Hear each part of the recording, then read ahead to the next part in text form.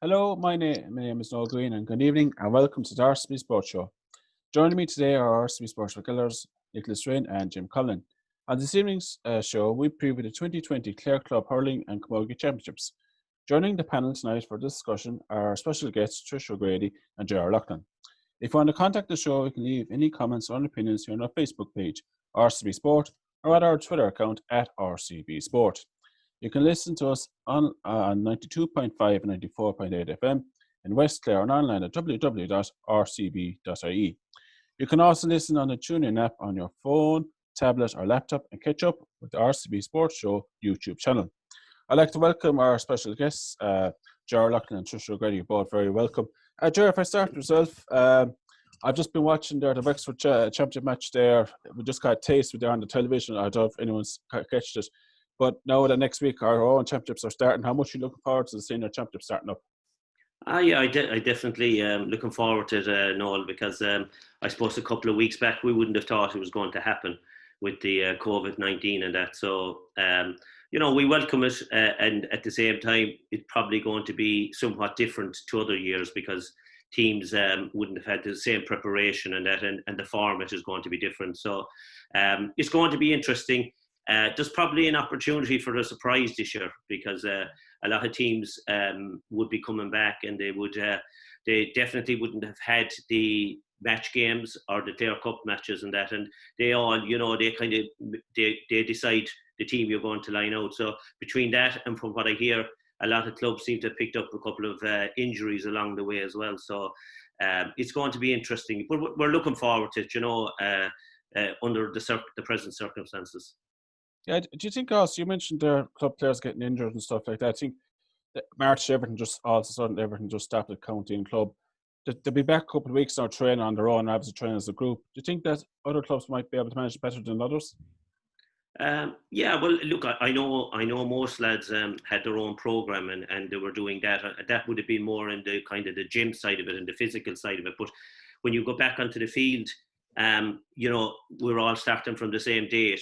So ultimately, you're looking at a very level playing pitch there. But unless club teams have got an extra game or two in challenge matches, which are quite difficult to get as well, I think it's going to be no advantage to anybody, which makes it actually interesting, Noel, because we're going to have an interesting 8 weeks. Maybe it's not going to be drawn out or anything like that. So it'll be exciting, and I think a lot of people, because they've been cocooned and indoors for quite a bit. It's a good way to get back out, and hopefully everybody will get in to see their own club playing as well. Well, the talk is nearly over, Nicholas. We've got just over a week now to go before our own club championships are all starting up. How much are you looking forward to the club championships in hurling starting up now next week? Yeah, I'm looking forward to the Noel. Obviously, like Cher said, it's going to be different. I suppose there's an awful lot of challenges there's an awful lot of challenges for clubs anyway, and for their mentors and for the county board to get this right. And it's a huge challenge for the players then as well, like to be right after coming out of essentially lockdown and a whole new world and so it's going to be a whole new ball game, I suppose, really. And I just how players are going to react and all that to all these new circumstances. I know most teams now have had 2 or 3 challenge games and they've been training there for the last number of weeks. So it's fairly level playing field, I'd say. But it is only going to be about 40 from each club allowed in, and if you're playing over in Cusack Park, there's going to be absolutely no atmosphere, really. I think and I think that's the big one for me. Like that, the GA is for everybody, and unfortunately, there's only going to be probably one of the players themselves will probably get a ticket each, and they'll only be able to give it either to their father or their mother.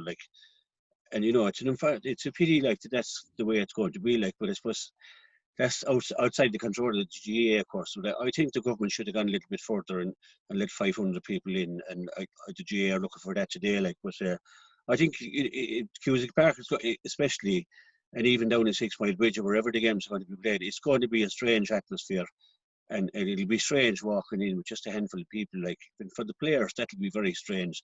So how they'll react as well. So it's going to be a hard one for everyone. I think it's lovely to look forward to games, and I know they're going to be streamed and so on. and so forth. But it's going to be very strange. It's definitely going to be the COVID championship, and Ger hinted there. I think you could see a few surprises this year. I think, so. We're glad to be where we are. Like the numbers are down in the COVID and all that, so hopefully it'll stay down, and the championship will get to be played out. And it's a lot more. What's the word they're looking for? We're looking forward to a lot more than we were maybe 6 or 8 weeks ago. 2 months ago, yeah. So it's a good place to be in. I suppose really heading in the right direction if we can keep going that way. And maybe there'll be more numbers allowed in. The first game is not all that important in the senior hurling championship. It's important to win every game, but I mean, it's not the end of the road by any means. It's kind of a dead rubber game, really, I think. But I think all managers will be saying you need to go out and win your first game, and get on a winning streak or whatever. And so hopefully by the second round that there'll be more people allowed in, and that'll be my hope anyway, and that there'll be a bit of an atmosphere. And it's not just, it is about the players, but it's about GAA people as well getting back. And it's about parents and uncles and aunts and cousins and brothers and sisters, and everybody wants to see their lads playing, and this is the prime of their life now for a lot of them, so in a big stage to walk out on test. So. And Trish, can I just get your opinions, just in general? We'll get into the individual games just in a moment. It's been nicknamed the COVID Championship. How much are you looking forward to the championship starting up and running again? Oh God, I can't wait. Can't wait to get out and get some sort of competitiveness there.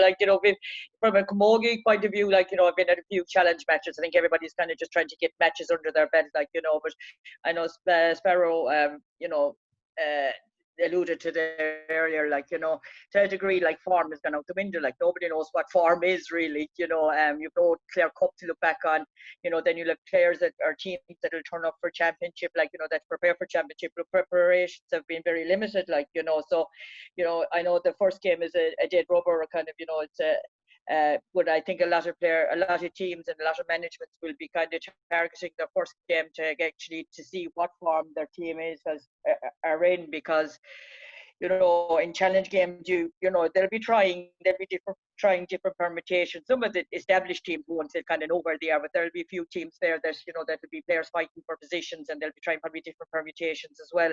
So it's a very different approach that will be taken this year by all clubs for the championship.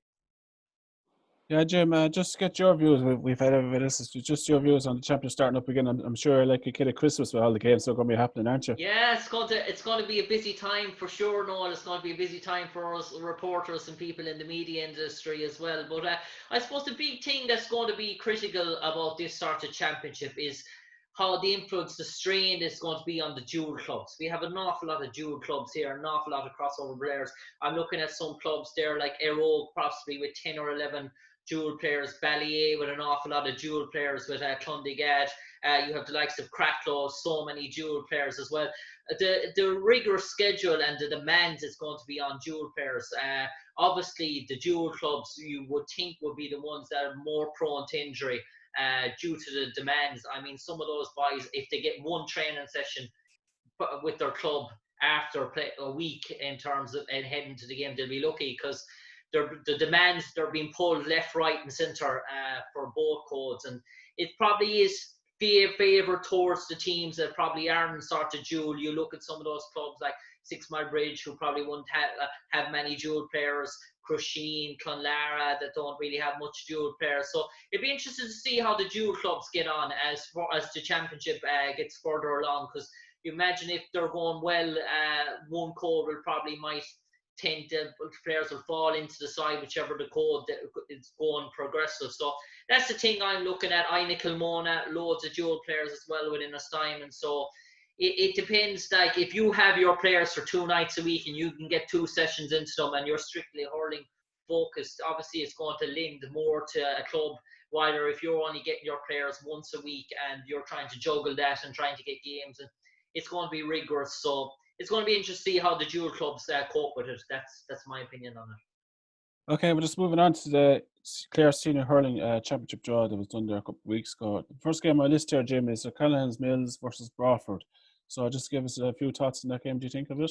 Yeah, I suppose that Broadford have been coming for a while, and they've sort of made a sort of trajectory, an upward sort of curve in Clare Hurling. Has been building, and it's no real surprise that they are where they are now in the senior championship, and they'll relish this game. It's an southeast sort of derby with O'Cannon's Mills, and obviously O'Cannon's Mills shocked probably the hurling fraternity in Clare when they reached the county semi-final before losing to Ballyea. But look, they have a young starlet there in Gary Cooney, a real magnificent hurler. And Gary Cooney, I mean, you probably look at the Mills in the past, you probably say, oh, Conor Cooney, Patrick Donlan.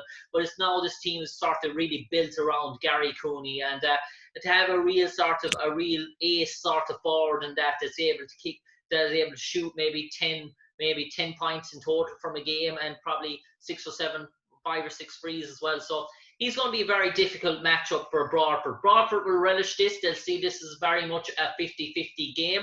But I just wonder who Broadford will designate on young Gary Cooney. And for me, he's the potential match winner in this tie. I do think Patrick Donlan and Conor Cooney are great servants and great warriors for the Mills. And Broadford has some cracking players. But I just think the ace and the card here in this game is Gary Cooney, a sort of magnificent hurler. And I'd be thinking if he's on flying form, it'd be hard to think that Broadford will be able to overturn the Mills. But the Mills seem to be getting Jim Conlan's vote. Just to come down to yourself now, Nicholas, O'Callaghan's Mills and Broadford, what's your view on the game?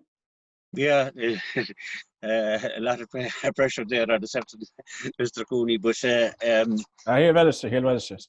It's he's a great hurler, a great forward, and you know, this is his time now, really. So he'll relish now this one. But it's a local derby, and local derbies can take a life of their own.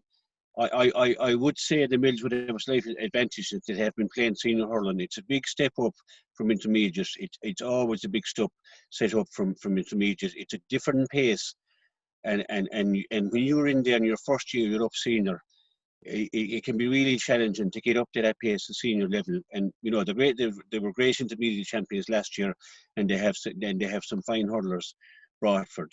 But it's making that step up, and if they can make that step up, then I give them a great chance in a derby game. Like, but I think the Mills, for me, doing so well last year and having under their belt, like the fact that they've been playing senior hurling all along and they know what it's all about.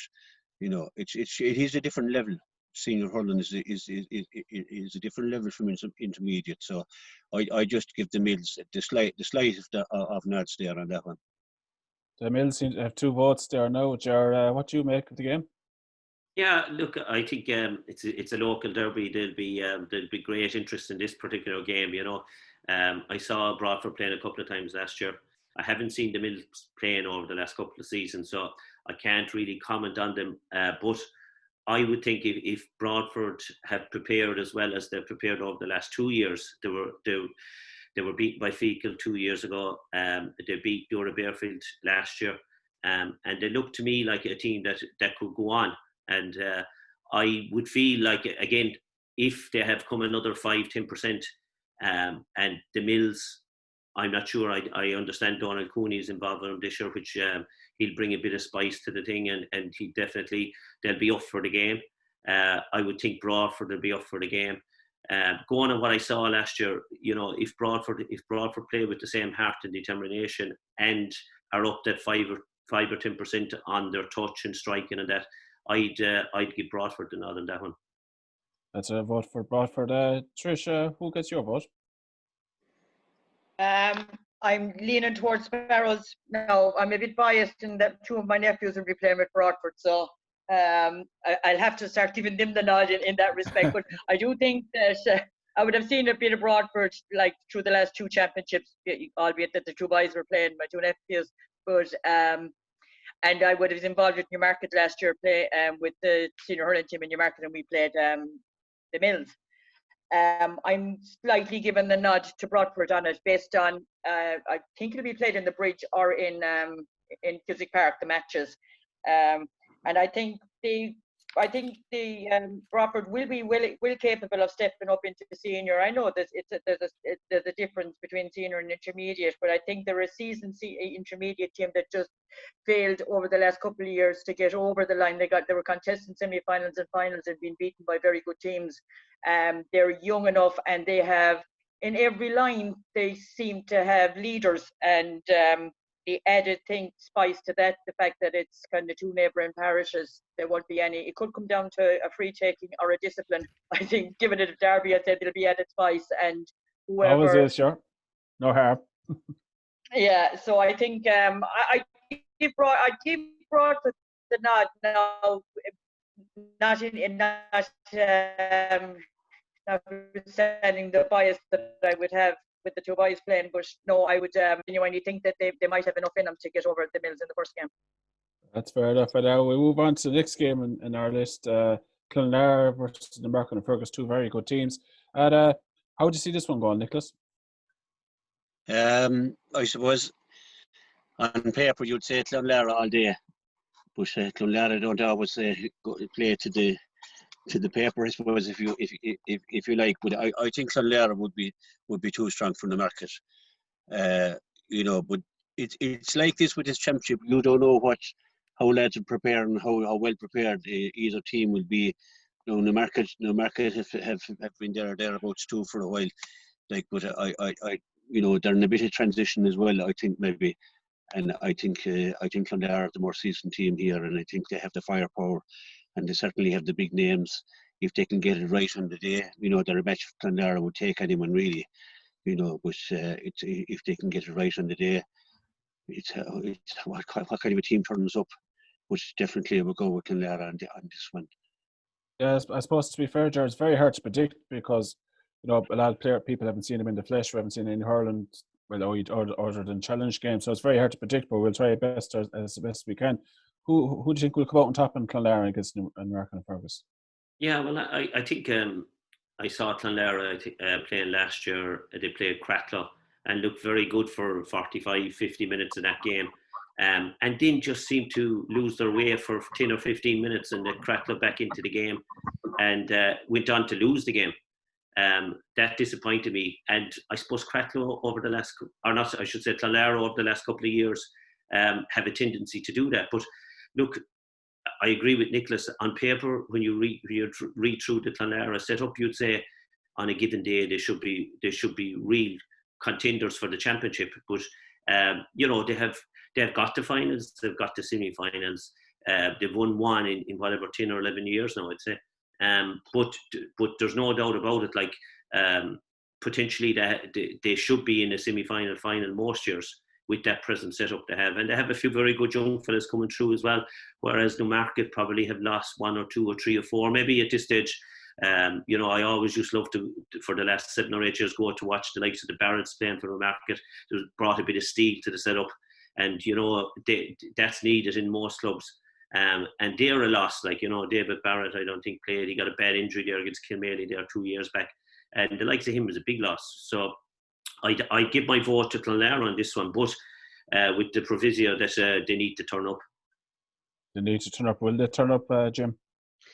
That's a good question. I suppose that's the magic. That's $1 million question when it comes to Clonlara. But I suppose, I saw Newmarket last year and in the championship as well, and it's a sort of they looked dejected in some ways, and I just felt, and they have some amazing talent. I mean, young Guilfoyle is a fantastic hurler, but you always felt that maybe Newmarket just need that sort of injection of youth. Maybe there's probably 1 or 2 real quality youngsters just to take it up another notch again, and they're just probably missing that sort of next sort of generation at the moment. It's the same players trying to go to the well the whole time. Well, Clonlara, in fairness, they have been 1 or 2 players have been coming along the last few years as well, just adding to the mix. And just there's another young Galvin again on the fray as well for Clonlara, so that's going to add to them as well. And Michael O'Loughlin I have great time for as well. I think he's a fantastic hurler. There's when you look at Clonlara and you look at Clonlara on paper, you can say possibly on any given day they've maybe 8 or 9 scoring options in a game, and that's for a senior hurling club to say that you possibly have 8 or 9 guys who can get on the score sheet for you from play on any given day. I mean, that's some serious firepower that they have. I look at Newmarket on the flip side and I said, yeah, maybe 3-4 lads, maybe possible, capable of scores. It'll probably depend on Colin Rynne to be, as his usual, top notch and frees as well. I just don't necessarily see the same sort of firepower, and sort of firepower wins games for you. And I just think some of the matchups, I mean, on the Clonlara and the Newmarket lads, I just don't see where Newmarket match up in terms of stopping some of the Clonlara sort of forward. So if Clonlara sparkle, yeah, but there is a complacency within Clonlara. They do have a tendency of building up a lead and going to sleep, and if they do that, no better team to catch them than Newmarket. Yeah, Trish, the consensus seems to be that Clonlara are probably better hurlers and they're probably more firepower. But if Newmarket, I suppose, and Fergus have a chance to hit them early, get their team riled up, and I suppose put that doubt into Clonlara's mind. That seems to be what the three guys have been saying. Clonlara should win, they feel, but there could be a doubt on Clonlara. Oh yeah, most definitely, and there's no Newmarket and Clonlara are no strangers. Go through the grades, like, you know, and essentially it's a lot of the same players. They're like, we're very much a seasoned team, much in transition also, and like we, you know, Jim alluded to it there, like, you know, our over dependency on Colin Rynne for scores, like, you know, we'd need like Colin Guilfoyle, now his namesake is kind of stepping up there. Jack O'Connor is quite capable as far as I can see as well. I think defensively, I think we will be, you know, we'll be fairly okay, shall I say, like it's just capitalising on our chances up front. Tots will take minding, you know, John Conlan being out of the fray there, everything is channeled through him as well, with, like, you know, on the flanks there with Tots plays a roaming role, opens up the space for the young lad of the O'Loughlin's, and they're quite capable of taking scores. But I think Newmarket will relish getting Clonlara in the first round in any game that they know they have a second game, and it all counts on the second game really. So I think it's a great matchup. From speaking, I being from Newmarket, I think it's a great game to, you know, get it as a first game, and then, you know, you'll be kind of saying, well, where are we in relation to this? Like, you know, as I said, then all the challenges you like will come into a competitive game. Both teams will be trying to win it, but you'll still be trying to lay down a marker. And yeah, it'll be interesting. It'll be interesting to see the outcome of that game. Sure. Well, I'll move on now to the next game on our list. Crusheen versus Ballyea. Can I get your opinions on this one, Jim? Yeah, I suppose Ballyea would be the local club for me as well, but I just really like the look of Crusheen. I saw Crusheen last year, and they're probably one of my dark horses, my outside tips for the championship this year. I really do rate them highly. I think Ross Hayes is turning into an absolutely brilliant hurler. Young Killian Mullins as well. They have a Breffney Horner, a real sort of go-to guy inside the forehand. They have injected that youth that was missing there for a while for Crusheen. It is now coming. Murroch McMahon, they're another promising youngster on the scene there as well. So Crusheen have added that depth of youngsters that they needed for a while. And there's a nice blend, a lovely blend of experience and youth in this sort of Crusheen team. And when you have the likes of Keane there as well, Keane Dillon, an absolutely fantastic leader, and you have the experience. Some of those boys are just lovely, wristful sort of hurlers. I do think Ballyea, I suppose, look, Crusheen for them, it's probably a great game to see where they're at in terms of that, and they probably will be a force in the championship, Ballyea, and they will probably come strong again. But even though they're the local sort of club, I probably go against them this time, because I really do like the cut of Crusheen, and I think for me, Crusheen are real serious contenders in this championship. Sure, can I get your view on Crusheen versus Ballyea? Jim is saying that Crusheen are his dark horses. Crusheen versus Ballyea, how do you think this game's going to go? Yeah, well, my feeling on that one would be I'd be swaying towards Ballyea.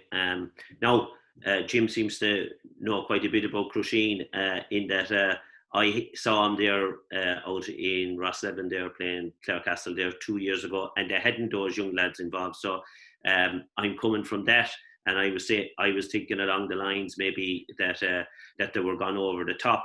But if there's that youth coming through, and from what he's saying, they seem to have the potential. Sure enough, they're going to give Ballyea a big game, I'd imagine. But my top four, like Ballier in that, and I think myself like that, you know, on a given day, and he normally comes up trumps the likes of Tony Kelly for Ballier. You know, he takes an awful lot of minding, and they have a strong physical team and a good spine to the team. So if I was putting my fiver on it, it would be on Ballier. Trish, Gerard Loughlin's fiver is on Ballier. Where's your fiver going? I'd be leaning in that direction also, but I'd be very mindful of the fact, like, you know, that Crusheen are a very, very hard team to beat. Like, you know, and many a times I've written them off, and they've been in the latter stages of the championship, like, you know. So and likewise Ballier, like, I know they have, you know, marquee players there in Tony Kelly, and I don't know whether Gary Brennan will be playing. He probably will be playing club. I don't think he's and. There are certain players there, like, you know, they've been around. They've been in All-Ireland Club final. They're knocking around there in the championship, doing well in all the championships to date. And they're a very difficult team to break down, as are Crusheen. And but I give my nod towards Ballier also. Nicholas, who's getting your vote? Yeah, well, if I can find a fiver, I'll probably put it on Ballier. Find a fiver. Well. That pocket is full of them, Nicholas. What are you on about? I have a fiver each way, and I nickel the bonus side. So I don't know if I can get another fiver, but I think I'd have to go for Ballier as well. You know, a hungry Tony Kelly now going into Cusack Park, and you know, with the pitches in good condition now, I think would really suit Tony and Ballier. I know what Jim is saying. They have a few young players coming there in Crusheen, and badly needed, because Crusheen, a lot of their players have a lot of mileage up. They go back to 2007. Some of those players, like when you know, 2007, 2008, and they had a couple of great years. Then they put back-to-back championships. Like, but that's as the song goes, that's a long time ago. Like, so, you know, to keep that up, like, you know, but they keep proving me wrong. Actually, I've written off Crusheen a good few times, and they have surprised me in big games, like, you know. But I just think that Ballier probably have a little more flair, like, in their team, like, and I'd be going with Ballier for this one anyway. I think they have more scoring power. You know, Crusheen traditionally kind of grind out wins, like. And Ballier are a very tough team as well, like, so they'd be well matched there. But I just think that when it comes to scoring, that Ballier would probably have a slight upper hand there. So I'd be going with Ballier. Well, Ballier gets your vote. Jim, I think you're the lone ranger on this one, but we'll see how Crusheen and Ballier get on next week. Aerogue against 6 Mile Bridge.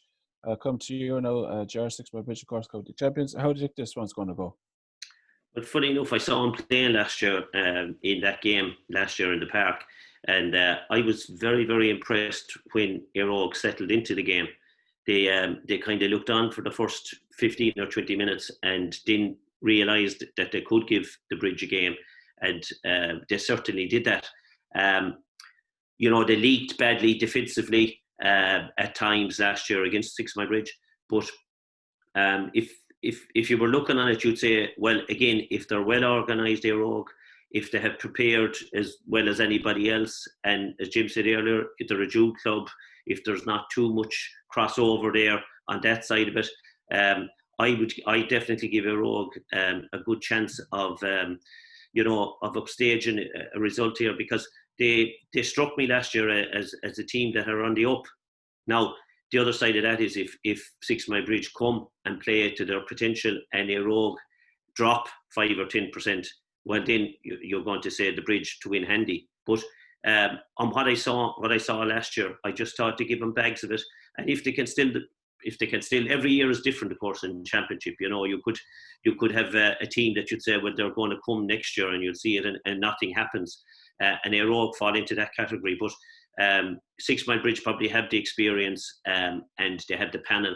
So, and again, they have no distraction in football for them like Aerogue would have. So, you'd say, okay, I'd go with 6 Mile Bridge, but I'm expecting this is the game for me that I'd like to go and see, because if Aerogue have improved the 5 or 10% and have solved a couple of defensive problems, which maybe they can't, but if they can, I think they'll give it bags of it. But again, my vote will go to the Bridge on this one. Trisha, do you think that there's sometimes confidence can be a problem with Éire Óg in the past? And I know that they're coming up with a 6 Mile Bridge. I mean, Gerard said that they were in the game, they felt that they could have beat 6 Mile Bridge, but they ended up didn't. Do you think confidence can sometimes be an issue with Éire Óg sometimes? I think possibly. I think it's a bit of self-belief there. But I saw that game last year against the Bridge, and they were very unlucky not to win that game. That a few goal opportunities that they didn't take. The one thing that I would say about Éire Óg, they have a tendency not to play for the hour. And that has been their Achilles heel throughout their games and any games I have seen in the last 2 years. They'll play they look very, very good at times, but they have a tendency to go to sleep. David Reedy, he seems to the conductor of the orchestra there. He's just unrelenting in terms of his work rate and supplying ball into the forward lines. And Danny Russell was very, very good last year. Then you have Shane O'Donnell, obviously, who's going to take a lot of minding. Defensively, they have a tendency to leak. Goals, and most that kind of puts them on the back foot, and it's like as if they react badly to when there's a score, or when they leak a goal or that. Whereas I do think that that's probably a confidence thing, it's probably a self-belief thing. But they are a team, I think, that if they got it right and if they didn't have the any issues with the duel, that how impact from a duel perspective, they're a team that are definitely up and coming, but they will have to play for the hour. They'll have to play for the hour. Ger said that this was the game of the draw. He felt. Nicholas, what do you think of this game? Yeah, it's a very attractive fixture. Yeah, again, I suppose, like I said, there 6 Mile Bridge are very experienced, and a bit of mileage there too as well. But they have a vast amount of experience, and of course they have Davy there as well. And he'll, his experience as well on the sideline as well. It certainly added a lot to him last year, I think. And but Éire Óg, if there's one place that Éire Óg can win this match, 6 Mile Bridge are not the paciest team, and I think a few times last year that showed up. And especially in the Munster thing against Ballygunner, it really showed up their lack of pace. And if Éire Óg can exploit that, and they have the players and they have the speedy lads, and David Reedy especially, and Shane O'Donnell, and they'll be hungry now. You must remember that as well. That these guys are really champing it a bit now, you'd imagine, to get going. And they don't have the tired legs from training or playing into county hurling. So they'd be really fresh as well. So I think Éire Óg could it'll probably be a bit of a surprise if they do beat the Bridge. But I think where they can beat them is with pace. And any team that's going to beat the Bridge this year will beat them with pace, because I think it's the one area in the Bridges game that they fine hurlers and everything and tough as they come. Noel Greene has moved on and that as well from the Bridge. So he was always there. He was always the man, even if he was up in the stand, in the subs bench. They don't have that little bit of experience there as of this year. So I think they'll be it's probably the best year any team, and definitely Éire Óg's best chance, I think, of getting them. They'll have great confidence from the game last year. They will realise that they probably left it behind them last year. In that they probably, like as Ger said, for the first 15 or 20 minutes they weren't at the races, and didn't they? It was a bit too late before they realised that they could actually win it. But they have great firepower, I think, and pace in the Éire Óg, and they're coming there with a good while, Éire Óg, and I think that I think they just might shade this one. But the Bridge are a formidable outfit and very experienced, and they showed that last year, a few times last year in the championship, when their backs was to the wall. Their experience came in, and they have experienced inter-county players and players who have played at all grades in Clare, coming along there, and that can really count for an awful lot. But I certainly give Éire Óg a great chance, and I suppose if I had that fiver, I might just throw it on Éire Óg. Jim, can Éire Óg's pace beat 6 Mile Bridge, do you think? Well, we know all about Éire Óg's firepower, and obviously David Reedy was magnificent last year. Especially, I saw him when Éire Óg beat Kilmaley in the first round last year in Clare Castle, and he was absolutely outstanding. And yeah, look, even throwing the youngster Darren O'Brien, a terrific hurler as well for Éire Óg. But the one thing that strikes me about this game is the loss of Aaron Fitzgerald for Éire Óg. Aaron Fitzgerald playing a fullback, the inter-county Clare football, he was playing a fullback for the Éire Óg hurlers. He was absolutely outstanding last year until he got injured. And he got injured for Éire Óg. I think he got injured maybe in that 6 Mile Bridge game at around 10 or 15 minutes in, and his loss was huge, absolutely huge. And you see, that's the problem with the matchups. You look at defensively, Éire Óg defensively are a small enough sort of team, and Aaron Fitz is the colossal sort of figure in that. When you throw in someone like Cathal Malone, who would probably be playing in the full forward line for the bridge, that's where Éire Óg don't have the matchup to deal with Cathal Malone. Brian Corrie as well, a loose forward for me. He was the guy who did all the damage in the county final for Bridge last year, Brian Corrie. So Brian Corrie, Cathal Malone. I do think around the middle we're in for a great battle between Jamie Shanahan and David Reedy. That is mouth-watering on paper, that sort of battle there. Shane and Morey, they're just sweeping up Cam and Morey. The Bridge will probably have that a bit of experience. They'll probably opt maybe for dropping one of the Moreys. Maybe Cayman will drop in just in front of Shane O'Donnell as well, just to try and cover that space. But I do think maybe that 6 Mile Bridge, or maybe that bit, can hold their own forward a bit more, where I just feel I look at the other side of the thing, and if Aaron Fitz was available for Óg, I give Éire Óg every sort of chance. But I just think under that area ball, that high threat, and for me, there's no one that Éire Óg have to match up on Cathal Malone. And for me, Cathal Malone probably will be the match winner on this game. It won't be David Reedy or Jamie Shannon. They probably might cancel each other out. And I just feel Éire Óg don't have anyone defensively to match up with Cathal Malone. Okay, Jim, just moving on now to the next game I have here on my list. Whitegate versus Feakle. Who gets the vote in this one, Jim? Yeah, I suppose this is the game, like Crusheen, whenever you write off Whitegate, they always come up with a big result. They always remind me the traditionalist Kilkee, and when Kilkee were in senior championship, wherever you go against them. And Whitegate have great heart. The Quirks, Brendan Bugler, they always bring a tenacity. And one thing about Whitegate, they will perform to the best of their ability of all time, and Whitegate will eke out a sort of team performance. It's not about the individuals for Whitegate, it's all about that team. And they've ran teams like Clooney Quinn, who got to know, they ran them all so close. But for me, I just look at Shane McGrath, I look at Gary Guilfoyle, I look at some of these sort of players, young Donlan as well for Feakle.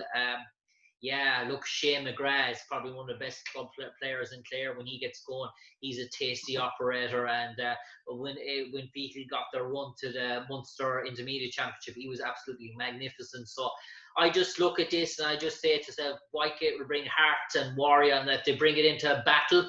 If it goes to a battle, you fancy Whitegate, but the skillful hurlers always seem to win these sort of games, and the skill and the creativity probably edges me more towards Feakle. But I can see this one being close, and I can see if someone easily win for Whitegate. But I just think maybe the more skillful scoring operators come from Feakle rather than Whitegate. Gerard Loughlin, who gets your vote? Whitegate versus Feakle. What's your gut feeling? Yeah, well, I'm inclined to agree with Jim's comments there on Feakle, like that.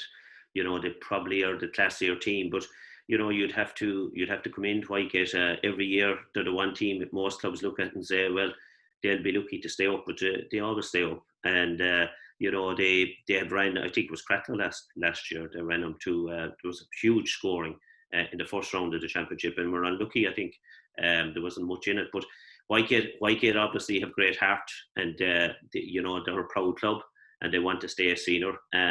I know there's no relegation this year, but the fact that any year that they're involved, especially in the first or second round, they seem to be able to give teams and probably run out of steam or injuries after that catches them in the end. But for me, Feakle were a team there that I thought 2 years ago were going to be serious contenders at senior championship, and took a step back. Our own club beat them there in the relegation playoff there one year, and they bounced back then up and had a good run in the intermediate Munster championship, and they seem to have found their feet again last year. And that, so for me, it will be Fecal, but Fecal, I think, if they're a team that reckon that they're going to go places over the next year or two, I think this year is a great chance for them. Tricia, can I just get your view on that game, Whitegate and Fecal? Yeah, I think the battling qualities that Whitegate will bring will be similar to what they bring to every game that they play. And again, it's another East Clare battle. But I think, Fecal should be able to, get over the line there. I think for a lot of the game, I'd say I would my expectation that it would be a very tight game given the battling qualities of Whitegate, which you alluded there to the Shane McGraths, the Gary Guilfoyles, and young lad Oisin Donlan is there also, and like they'll take mind, and they're probably they should be able to run out winners there, but not by a very big margin. And I suppose, Nicholas, just to finish up with this game, Whitegate and Fecal, I suppose with no relegation, but there's no fear now in any of these first round or second round games. So Whitegate, Fecal, whatever, they can express themselves and really go for it. Yeah, they can go out and never go for it. I mean, that's Whitegate's speciality is when they're like the gambler, when their backs are to the wall, they seem to pull it out. I haven't seen that much of Whitegate in recent years, but you're over in Cusack Park or somewhere, and the result comes through that Whitegate have won against formidable opposition, and you're wondering how did they do that? Like, but they seem to be able to do it, and they're a very even outfit, like, and. They're obviously doing great work over there as well. Like, they have survived against all the odds on so many occasions, and who's to say that they won't beat Fecal? Which, like the lad said there, like, I mean, Fecal have the firepower and they have the team. Last year Fecal blew a bit hot and cold, but I know my own club beat them, but you only beat them by the skin of their teeth in a very close battle. So I couldn't see. I don't see Whitegate beating Fecal, to be honest. And there's nothing at stake, as you say, relegation wise either. And maybe that's a bit unfair to be saying that about Whitegate, but I just think the Fecal are one of the teams there that have been there for the last few years, and that have got good results. It's slightly inconsistent, maybe is their accuracy, but the players are there, and you have some fine players. You'd love to have them on your team, and I just think that they will have the firepower for Whitegate. But in East Clare derby as well, like, so these matches you just don't know. But I would go with Fecal definitely. Okay, just moving on to the next game on my list here is Camogie versus Cracklow. Who gets your vote in this one, Ger? Again, very interesting game, this one. Two teams very similar in the type of hurling, type of player. Not the most physical. Both teams, they're not the biggest them in, but it is all the ingredients of a great game. The hurling should be of a high standard, I'd imagine, in this one. Camogie looked like a team again that were going to make the breakthrough there in the last couple of years and had a setback and got relegated against the market a few seasons back and bounced back, and they seem to have got their house in order. Cracklow, like you're always knocking on the door, and I suppose it's like everything else, they're around a long time now, don't seem to have too much new blood coming through, even though I've heard they've got a player or two from outside this year, so that should be interesting for them. And it should improve them. But like very little I'd say in this game now, I would think, again, if I was going, I'd be slightly prone to go for a Cracklow win, but a very, very tight game, this one. Very, very tight game. Jim, who gets your vote in the Camogie Cracklow game? Yeah, I think Camogie are developing and they're coming. And I think maybe this is the year they probably will come. I'd really like Kieran O'Neill as a manager. I think the addition of Donny Buckley to the backroom team is huge. It is massive. That guy is a proven winner wherever he's gone, and he's going to bring that sort of mentality to the Camogie sort of locker room as well. I just look at Mikey O'Malley. I think Mikey O'Neill, the Kennedy, Sean Kennedy, Aidan Kennedy, young Darcy in the middle of the park, Tom O'Rourke, Conor Cleary there as well, towering sort of presence. I think maybe Cracklow were deserving winners last time they met, and Cracklow probably had that bit of experience over them. I think Camogie will have come back this time, probably a more stronger outfit, probably, dare I say it, better sort of management set up, better sort of backroom sort of team there as well in Kilmaley this year, and they are coming of age. An awful lot of underage success. Most of these boys now are probably entering that 23, 24 sort of bracket. They will have got physically bigger. And for me, this is the game of the first round. This is a real cracking game on paper. If Cracklow will need big performances, I believe from the likes of Conor McGrath, he'll have to shine for me in this one. And the likes of Dermot Ryan, Rynne, Conlan, they'll have to bring their A games. But yeah, for me, I think Kilmaley will go deep into this championship, and I think they'll start off with a win here. Okay, Nicholas, who gets your vote in this game? Kilmaley and Cracklow, going to be a tight game. It's hard to call. Where's your money at? Yeah, it's very hard game to call. It's kind of a contrast really, because on the one hand you have Kilmaley, who are doing the 21 champions and who are a young team. As Gerald alluded to there, they're slightly light as in their weight, like, you know. And I was very surprised last year that they went with Darragh Keane at wing back, and I hope to see him up in the forwards this year, because he's one of the best forwards in the county. And I was surprised that he was playing wing back last year, taking away what they potentially want their goal scorers, like, you know. So I'd say we might see him back up in the forwards this year, and that'll add to their forward line. But they are a fine team, Kilmaley. They're all hurlers, great stickmen, like, you know. But they need a few, you know. Conor Cleary centre back too is a great influence on them as well, like, and on his day, like, Conor is you know, he can drive them on. And I suppose when you looked in at Cracklow, on paper they're a fine team, but they have a huge amount of mileage up. They're a dual club. I know Conor Cleary plays football as well, like, and a couple of more in Kilmaley, but in Cracklow they've gone back. A lot of them players go back a few years now to where they went and should almost won a Munster final, I suppose, in football. So they have an awful lot of mileage up. A few of them great hurlers, you know. Are they just gone the other side of it? You know, if you know what I mean, like, they pushing on a bit now. It's a young men's game, and maybe Kilmaley, you know, if they get him in Cusack Park, you know, they would have learned a lot from last year. They went out and won the Clare Cup last year. It was the worst thing to happen to them. They hammered in Kilmaley off the pitch, and they set them up against their oak. I think, you know, young players and that, and I think they'll have learned an awful amount from that, like, you know, and they'll be more guarded now and more ready for battle. Like, championship is a way different game, as we all know. And I think a year on now from that they'll have learned a lot. They were fiercely disappointed last year with how it transpired with them last year. They were out of the championship fairly early, and you know, I think that will drive them on. And a new management always is a great injection to any team as well. Like, and you know, I they're my neighbours. I have to give them the nod, like, you know. And but aside of that, you know, I think that a lot of this championship could be about pace this year more than anything else, like, and Kilmaley will have that, and Cracklow have an awful lot of hurling, an awful lot of football played over the last 10 years, and they've been a fantastic team, and who's to say that they won't be again? They were thereabouts last year again, like, so I certainly wouldn't write off Cracklow, but I just might give the nod to Kilmaley.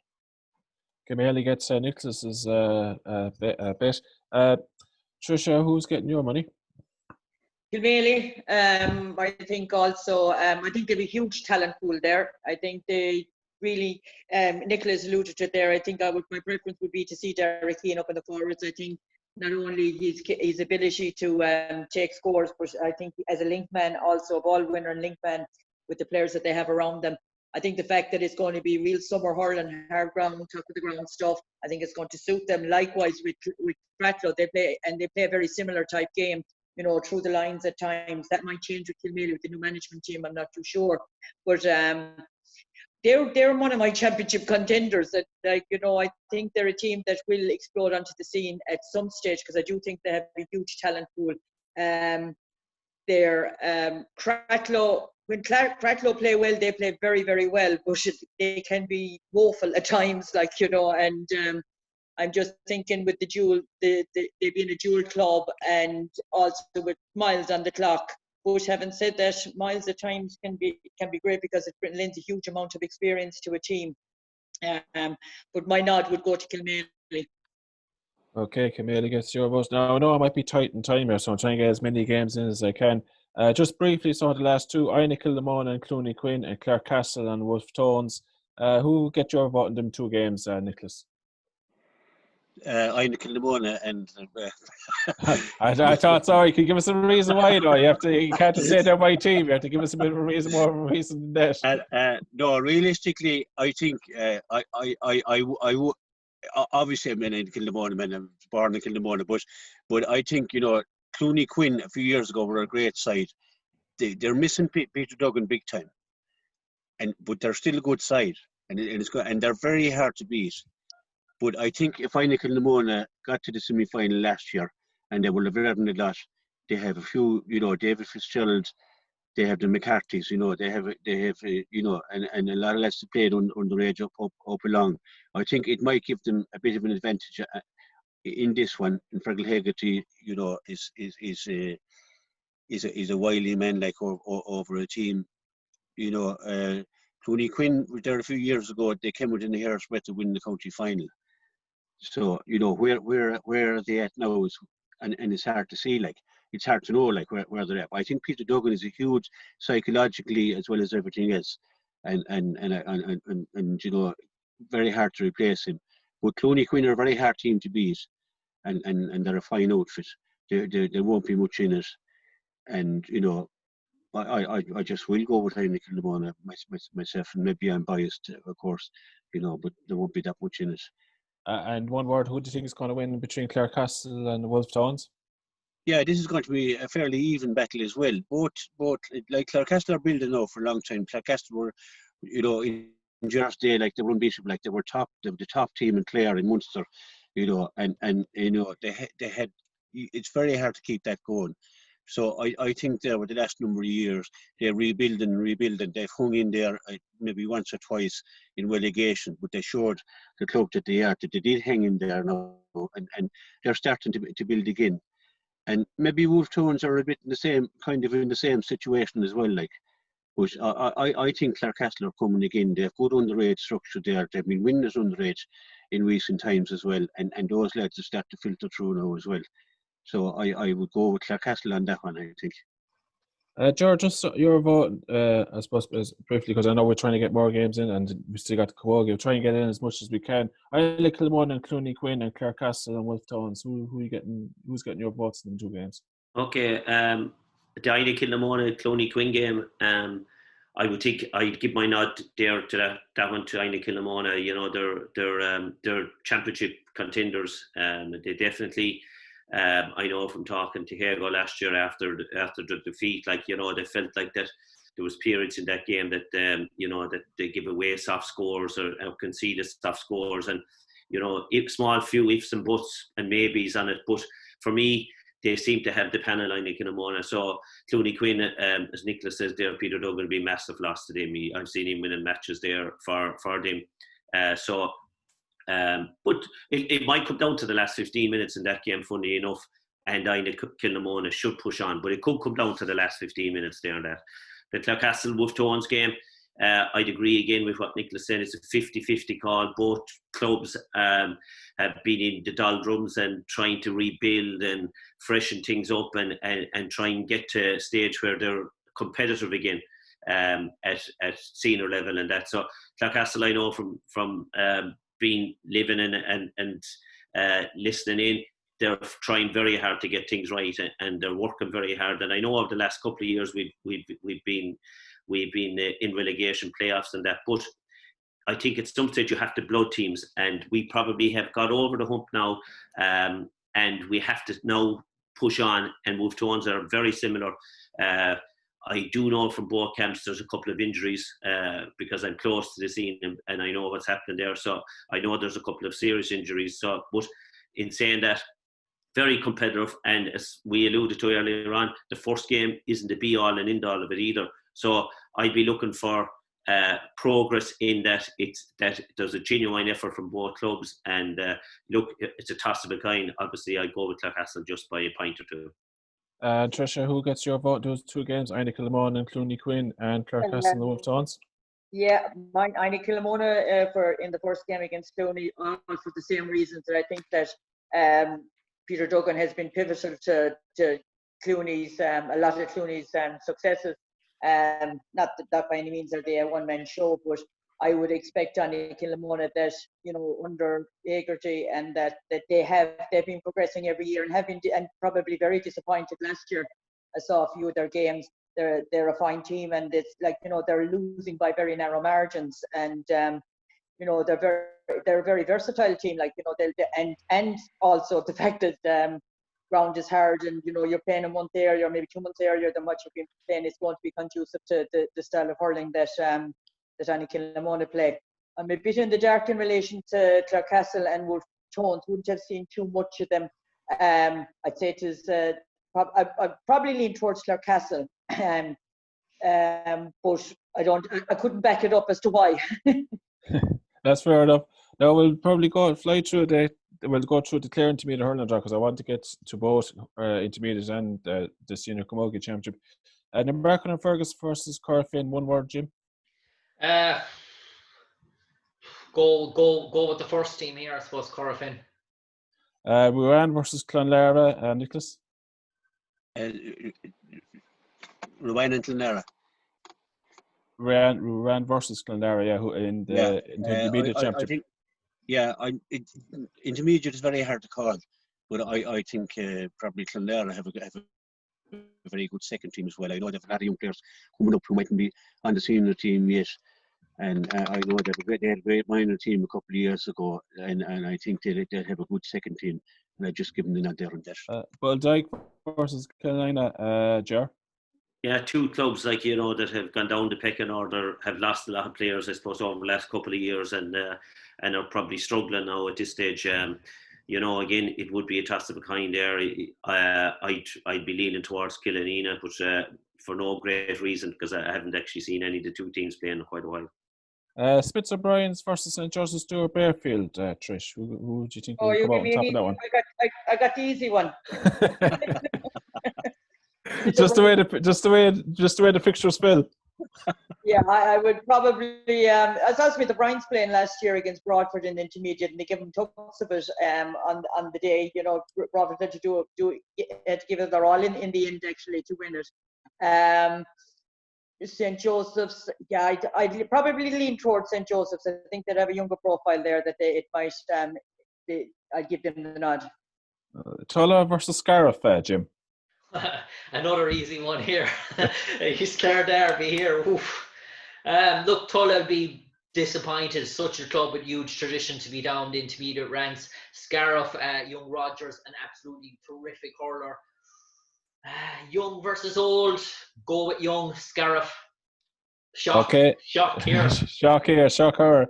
Tubber versus Cracklow in the intermediate championship, Tricia. I saw Tubber playing last year against Newmarket. It was a nothing game really in the intermediate. Newmarket were very, very weak. And they at times they have actually they were in 2 years ago they were in a final. They knocked Broadford out in a semi-final, I think, and they got to the final. They didn't actually win it. I'll probably go with Tubber. Ione Kilmona versus 6 Mile Bridge in the intermediate championship, Ger. Who do you think will come on top of this one? Yeah, well, I'd be hedging towards the Bridge. They have a good second team there, and from what I hear, you know, they're quite a good few of the lads there on that second team. You know, they're looking to get up to the first team, so I'd go with the Bridge in that one, and I think probably win by 5 or 6 points. And Clarecastle versus Partine, Jim, in the intermediate championship. Yeah, given the fact that Clarecastle are blooding an awful lot of youngsters in their first team, and probably young Keane Galvin will probably play in their first team for Clarecastle this year as well. Be hedging a slight bet. I saw Partine last year, and I think because Clarecastle have so much youth on their first team, and that the legs probably pace Partine slightly, but don't rule out a Clarecastle victory either. I've been asked to mention the Clare Junior C Hurling Championship draw quarterfinal, Kilkee Blaha versus Clonby, so I just want to get a local connection into that. We'll come to the Senior Championship now in the Camogie. It's on the July the 24th, Kilmaley versus Kilkishen Baldyke, and Numbercon and Fergus versus St. Joseph's Stuart Bearfield. I suppose, Trish, Jim, 2 games, high-profile games, senior championship. Who do you think is going to come out on top of this one in the senior Camogie championship when it starts up? I would have to go with Newmarket anyway. Like looking at it, we'll say look at the two groups in it. There's A and B, and it seems to be a very lopsided group in terms that all the big guns are all in the B on the B side. Newmarket contested less 4 county finals, have lost the 4. Kilkishen Bodyke up 1 year from intermediate. Kilmaley down from relegation last year. You would expect that Newmarket should be able to take Kilmaley, even though I take to say that with a very big health warning, because we've been under defeat to Kilmaley numerous times just because they went down, and they'll come back fighting at the bit, and no better way than to take on our old rivals, because we've had numerous finals appearances against each other. But I would like to think that Newmarket should get the nod, even though I do think we're in a little bit of transition also. Kilmaley or Kilkishen Bodyke versus St. Joseph's. I like the cut of Kilkishen Bodyke. They played well. They did some very good championship games last year, and I think they probably should get over St. Joseph's. Kilmaley versus Kilkishen Bodyke and Newmarket versus St. Joseph's. It's just to confirm, good pace, Kilmaley, Kilkishen Bodyke, apologies, Newmarket and Fergus and St. Joseph's and Group B is Heineken Lamona, Turlock, Conlara, 6 Mile Bridge, Scarf, Ogunlow. Just on those matches in the senior championship, Jim, who's getting your votes in the senior championship? Yeah, I suppose starting off with Kilmaley and Kilkishen Bodyke. Kilkishen Bodyke are come a team, great sort of Camogie players there in Kate Lynch and Kate O'Gorman. I just feel that maybe the county players for Kilmaley will be that extra bit fresher. The Constantines will be available. Ailish, I don't know if Emer will be available. Ailish definitely will be available. Nevo D is definitely available. She's on flying form, and Lisa Kennedy. So yeah, for me, Kilmaley's greater experience over Kilkishen probably gets the nod. As for Newmarket versus Bearfield, a young team. Look, probably a team that with Louise Woods and Irene Hennessy and Sarah Hoy, some great Camogie players there. But I just look at Newmarket, and just for me, the names jump out of the sheet: Laura McMahon, Ginny Kelly, Nikki Kaiser, Carol O'Leary, and probably Laura McMahon, probably 2 of the mainstays in the Clare Camogie team for the last number of years. Their experience will be vital. Ginny Kelly is a buzz of energy as well. So for that, I go for Newmarket. So I think the 2 favourites on that side will start off with a win, Kilmaley, Newmarket. On the other side, in Ina Kilmona versus Trua Conlara. Emer Kelly is going to be a massive player for Trua Conlara. How Ina Kilmona are going to stop her. Michelle Caulfield and Eileen Horgan, big players. But again, Ina Kilmona, as they said, their panel is huge. Claire Heher, Andrea Keefe, Aoife Keaton. Probably close game here, very close. Probably go slightly with Ina Kilmona. As for the Bridge versus Scariff Ogunlow, what a game here, an absolute corker of a game. Scariff Ogunlow, probably the worst in terms of defending your unbeaten record in the championship, probably the worst game you want to get in the Bridge. Naomi Carroll, Chloe Morey, Naomi Corrie, and then you go Marion against Marion Rogers, Aoife Power, Mairead Scanlon, Aisling Carver, Kira. Big thing here is, can Scariff Ogunlow negate the influence of Chloe Morey? Can they keep her quiet? If they keep her quiet, Scariff Ogunlow win this game. But Chloe Morey's like Peter Duggan for Chloe Quinn. If she catches fire, she can win the game on her own. So I go for a slight shock maybe, and I give a hesitant nod to the Bridge in this one. Now, just to go on to the intermediate championship now, it's thrown in on the July the 19th. It's Tulla versus Fecal Carolina. It's Clooney Quinn versus Whitegate, and Nerogue versus Ballier. Nicholas, who getting your votes in those games? You follow the Camogie Championship. You anytime you can go there, you're at the matches. Camogie Championship, very important. Who do you think who's getting your vote in these games? Yeah, well, the intermediate is very hard to call it, because I wouldn't see that much of the intermediate games really. Like I'd be, and that's being honest. Like, you know, so I actually couldn't really call it, to be quite honest. I just, you know, this year is different as well. Like, we just don't know. We haven't seen any league games. We haven't got any results. We don't know who's in form, and that, you know. Scariff Ogunlow for me would walk the senior, like, because they were up there at the All-Ireland semi-final. They're county champions, new county champions last year, and they went on to win Munster. And had a fantastic year. They'll be pep in their step. And I tell you one thing: if the bridge can stop them, then they'll really really have a great team. Like is what I'm saying. You know, but it is the group of that side. And I know I'm talking about senior now because I can't really talk about the intermediate. And I wish I could. And I wish I could get to more games. It's very hard to get around. Yeah, it is. We'd love to be getting to these games, but there's so many games on last year. No, this year. It's just going to be impossible to get to games this year because they're all going to be played off so closely together. Like, but you know, every game it would be great to be getting the games anyway. And you know, I think Trish is the expert here, and I think she might revert back to her. I will revert back to her now. I got my matchups wrong there in my first. It's no problem. Yeah, that's okay. Just how do you see the intermediate championship in general working this year? In the Camogie. That's right, yeah. Oh yeah, sorry, yeah, the Camogie intermediate. Sorry, I would like Clooney Quinn. They'll be itching to get back up. They will be a very difficult side for any intermediate. Fecal Killanena will be a match for anyone.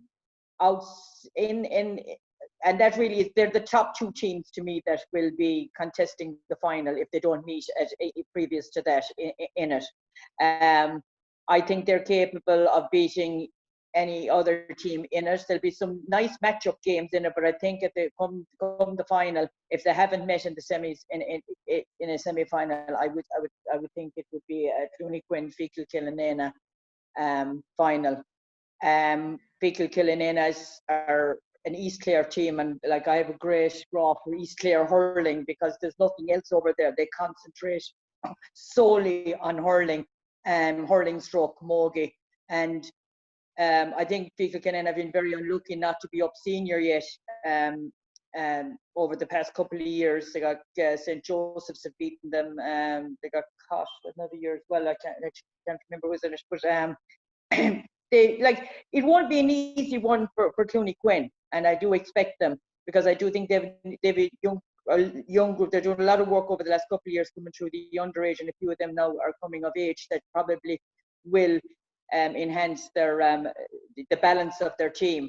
Having said that, Fecal Killanena I think will be a match for any senior team if they can just get out of the intermediate ranks. That's for sure. Ger, I don't want you to feel left out. Ger, just give us your own views on the Camogie Championship this year. What do you think will happen this year? Just get your views. I don't want you leaving out in the cold there. Oh my God! Well, all I can do is agree with Trish there on that. Whatever she said. No, but you know what? I have to say it because I've been involved with different teams over the last numerous years. I haven't seen it, but tonight was actually my first night being involved with Camogie. Would you believe that? And we played Fecal Killanena under 16 in Clarecastle. Down there, and it was a very enjoyable game. And do you know what? I agree totally with what Trish said with regard to Fecal Killanena, and that they're an East Clare club, both clubs, and you know, they show great old passion for the game of Camogie or hurling or whatever, and they have some very good talent coming through there. Now we're playing in the lower division there, but we're building as well in the Camogie side of things there. Up along, we're trying to get some county players somewhere along the way over the next 5 or 6 years. So I'll be able to tell you a bit more about that in the coming years. No panic, sir. I didn't want you to leave you out in the cold. I think the Camogie world will better be aware that the Sparrows coming along now, so they that could be a whole new ball game now. Oh, gee. He has brought it there and all these big clubs up to championship level, so. Watch this space. Listeners, I think our hour is up. So that's all for this evening's show. Thank to Nicholas. A big thank you to Trish O Grady and Ger Loughlin. Thank you very much for joining us. More than welcome. This show will be repeated on Tuesday evening at 5 p.m. The show will also be available on our RCB Sport YouTube channel. This is Noel Greene saying good night and continue listening to your local community radio station, RCB Radio. Is that okay, Jim?